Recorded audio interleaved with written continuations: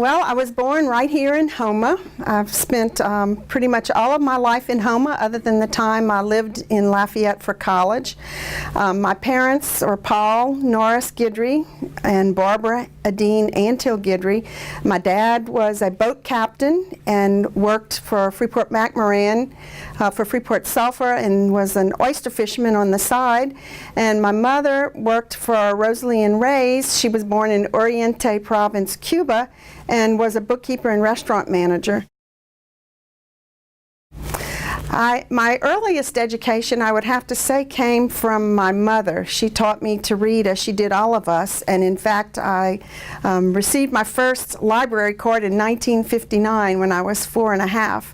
And my mom really was instrumental, I think, in educating all of us. She taught us to read, and she taught us to pray, and she taught us to work very hard, because she always worked very hard. I always enjoyed the fact that I went to public schools my whole life, other than my law school career. I went to Houma Elementary, which again, everyone went to school together and knew everyone else, and then Houma Junior High School, and then I graduated from Terrebonne High School, which I'm proud of. I'm married to Keith Whipple. Keith Mitchell Michael Whipple. He is a lawyer and has been for 54 years. And he and I have one child together, Dr. Christopher Whipple, who is a hospitalist and emergency room doctor at Touro. I have stepchildren, my 3 stepchildren, who are all in their own right truly remarkable. I was fortunate enough to be given a position with the Houma Courier, the local newspaper, back then the Houma Daily Courier. And what I did was, our newspaper at school could not be published because, as in most public schools, there's not a lot of extra money, so I made a deal with Mr. Ray Dill, who was the publisher of the paper, that in return for him publishing the paper, I would write a column for the newspaper, and that's what I did all through high school. I went to USL, the University of Southwestern Louisiana. Now it's UL Lafayette, and I started there in 1973, and I finished in 76, and I had a great time at USL. I felt like I was pretty lucky to have a good foundation for law school.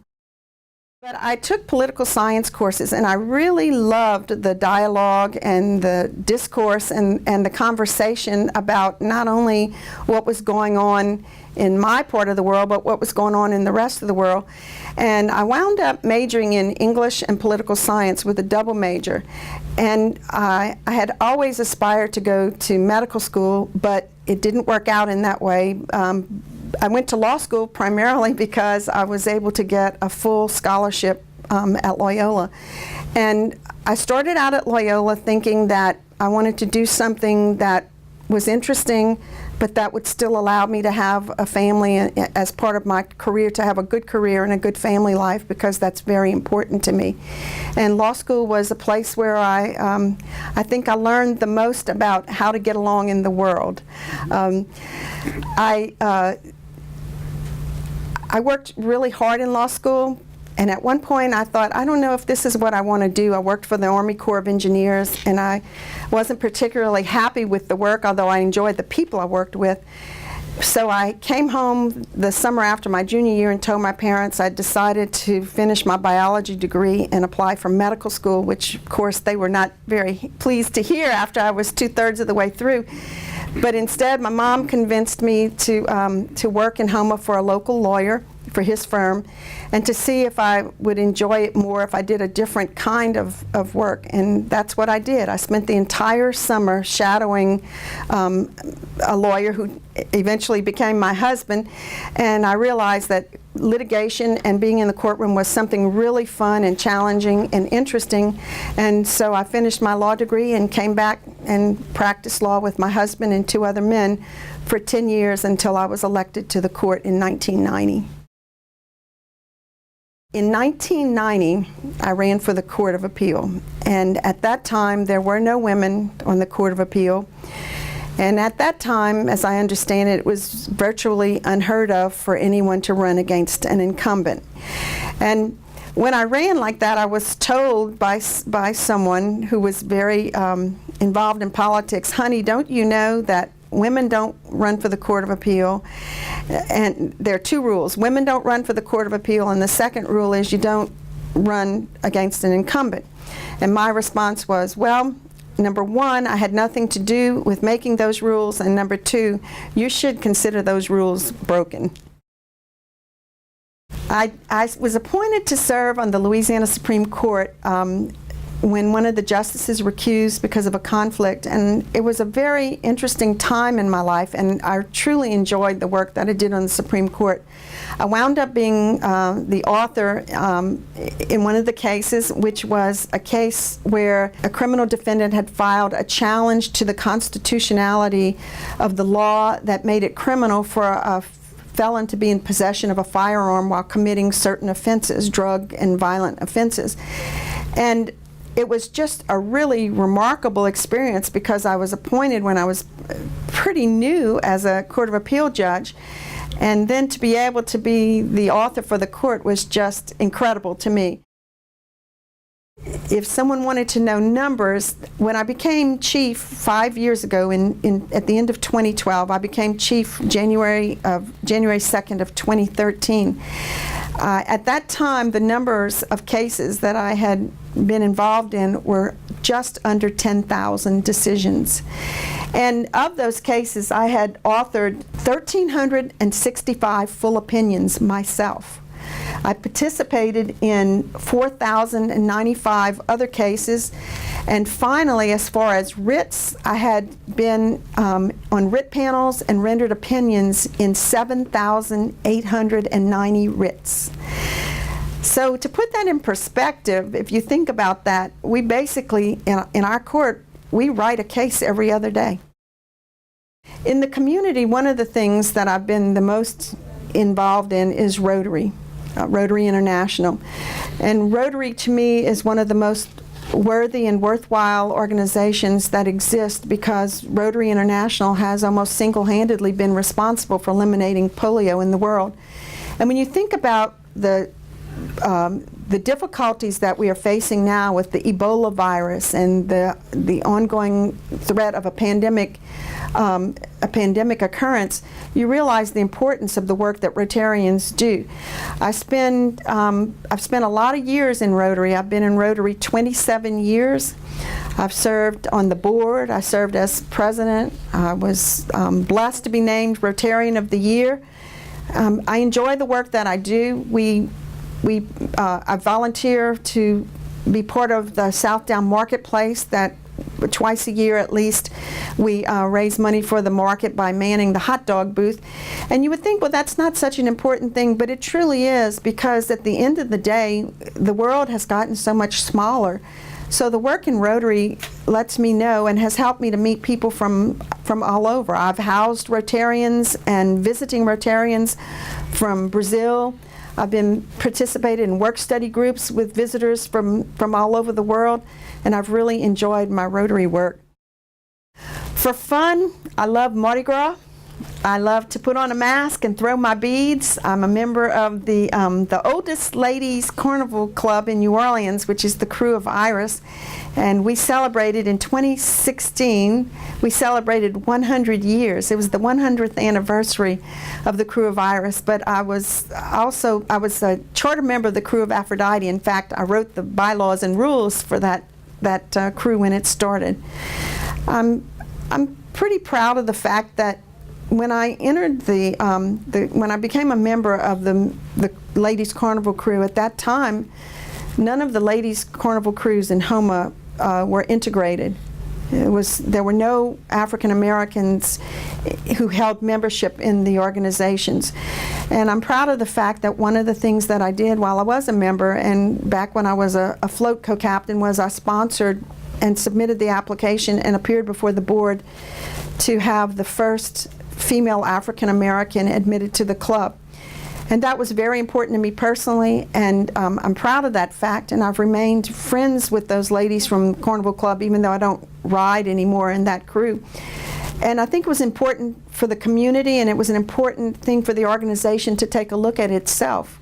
And so I've really enjoyed my Mardi Gras experiences. Every dream I'd abandoned suddenly came true. But the thing I guess that I love the most to do in my time, my extra time, such as it is to sing. I sing with an invitational choir, Les Amis La Chanson, and I sing with the cathedral choir at St. Francis de Sales. And we sing every kind of music you can imagine. We sing in English, French, Russian, German, Latin, Spanish, and Italian. And we do free concerts at least twice a year. And one of the most wonderful experiences, one of the 5 best days of my life, occurred when we were invited to sing the Ellingboe Requiem at Carnegie Hall. When the composer premiered that work, he saw where we had rented the orchestral score and had performed it at St. Francis. I study under the direction of Leslie Van Ostdale, and of course it's too expensive to own those kind of musical scores, so you rent them.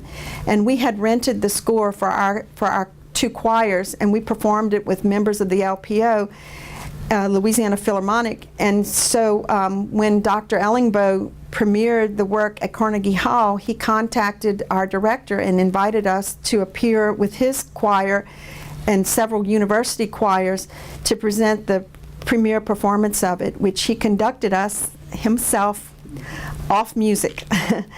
And it was just a remarkable thing. As far as honors and accolades, I think the greatest honor for me is the fact that I was elected in 1990 and I beat an incumbent by over 10,000 votes when I had not one endorsement other than the one that counted from the voters on October 6, 1990, except the Houma Courier did endorse me. I'm most proud of being elected, and I'm proud of how I conducted my campaign because I never spoke about my opponent. I spoke about myself. So I'm proud of that fact, and also I'm proud that I won by over 10,000 votes. And I think the second greatest honor is the fact that I'm now in my 3rd term, and I've been elected and re-elected each time without an opponent, which means a great deal to me. It says to me that people still have confidence in my ability and confidence that I am fair and that I'll do a good job, and that's the biggest honor of all. I've had the same staff for many, many years. My secretary has been my secretary for 38 years as of the date we're recording this, and my law clerks have worked for me for 25 years and one for 24 years of the time that I've been on the bench. And so I consider the honor is not only mine, but the honor is honoring them and the work that they do to help me be able to do what I like to do. Probably the case that has meant the most to me is a case involving shell dredging of Lake Pontchartrain. I wrote the opinion early on in my career that upheld the outlawing of shell dredging in Lake Pontchartrain, and as a result of that decision has allowed the ecological environment of the lake to be restored to normality, so that now there are stores of fish stock in the lake and people can once again enjoy the beauty that is Lake Pontchartrain. It's important to me professionally because it was a sort of landmark case in administrative law on permitting and natural resources, and it involved a lot of tension between the goals of government and business and the values of the citizenry in wanting to have a clean environment. And I'm proud of that case, also because on a personal level, my dad had such a close connection with the sea and the waters of Louisiana, and it meant a lot to me. When I started practicing law, my husband told me, he said, right now you start out with the greatest and most precious commodity there is. And I said, what is that? He said, credibility. Guard what you do, what you say, what you write, how you conduct yourself in court, and preserve your credibility. That's the secret of being a great lawyer. And the other thing he said was, treat every case like it's the only one. And make it be the only one, because for the people involved it is the only one.